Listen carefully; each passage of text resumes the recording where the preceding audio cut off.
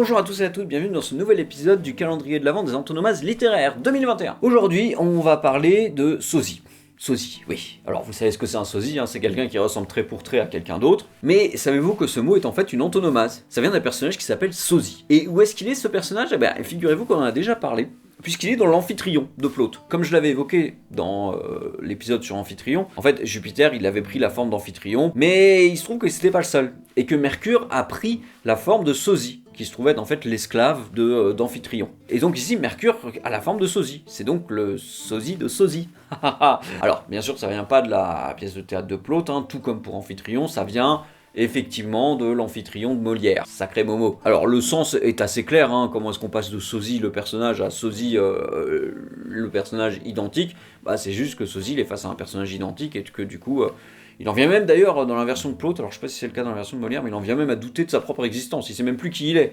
Il sait même plus si du coup il est lui-même ou la personne qu'il voit en face de lui. C'est assez rigolo d'ailleurs, c'est des questions presque de science-fiction, là comme ça, 2 siècles avant Jésus-Christ, c'est assez formidable. Alors sosie il apparaît ici comme un nom commun, donc l'antonomase a lieu plutôt au XVIIIe siècle, donc pas à l'époque de Molière, qui est au XVIIe siècle, mais un peu plus tard, un siècle plus tard, au XVIIIe siècle.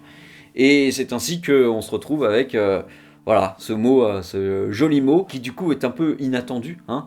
Et autant pour Amphitryon, c'est un mot quand même assez bon, assez soutenu. Ici, sosie, c'est un mot du français commun, de la langue de tous les jours, hein. C'est quand même assez fou que d'une pièce de théâtre, qui est pas beaucoup étudiée aujourd'hui, hein, qui est un petit peu, bon, c'est pas la pièce de théâtre la plus connue de Molière, hein, mais que cette pièce de théâtre-là, en 3 actes, elle a réussi à donner 2 antonomases. Il n'y a pas beaucoup d'œuvres qui ont réussi à faire ça, à donner plusieurs antonomases. Il y a peut-être un petit peu, peut-être Les Misérables, bon, de Victor Hugo, parce que j'avais parlé d'un Gavroche la dernière fois, et j'avais évoqué aussi le fait qu'on pouvait éventuellement utiliser le terme une Cosette pour désigner une fille sans le sou, éventuellement. Mais voilà, hein, c'est pas n'importe qui, hein.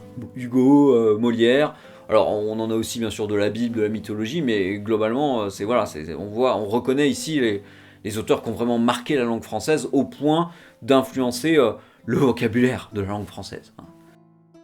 Voilà, un très court épisode, hein, parce que comme on en avait déjà parlé en fait de cette pièce de théâtre, j'ai pas voulu insister trop dessus. Si cet épisode vous a plu, n'hésitez pas à laisser un pouce bleu, et puis à laisser un commentaire, et puis à vous abonner aussi, hein. Et puis nous on se retrouve demain pour un nouvel épisode. Ciao.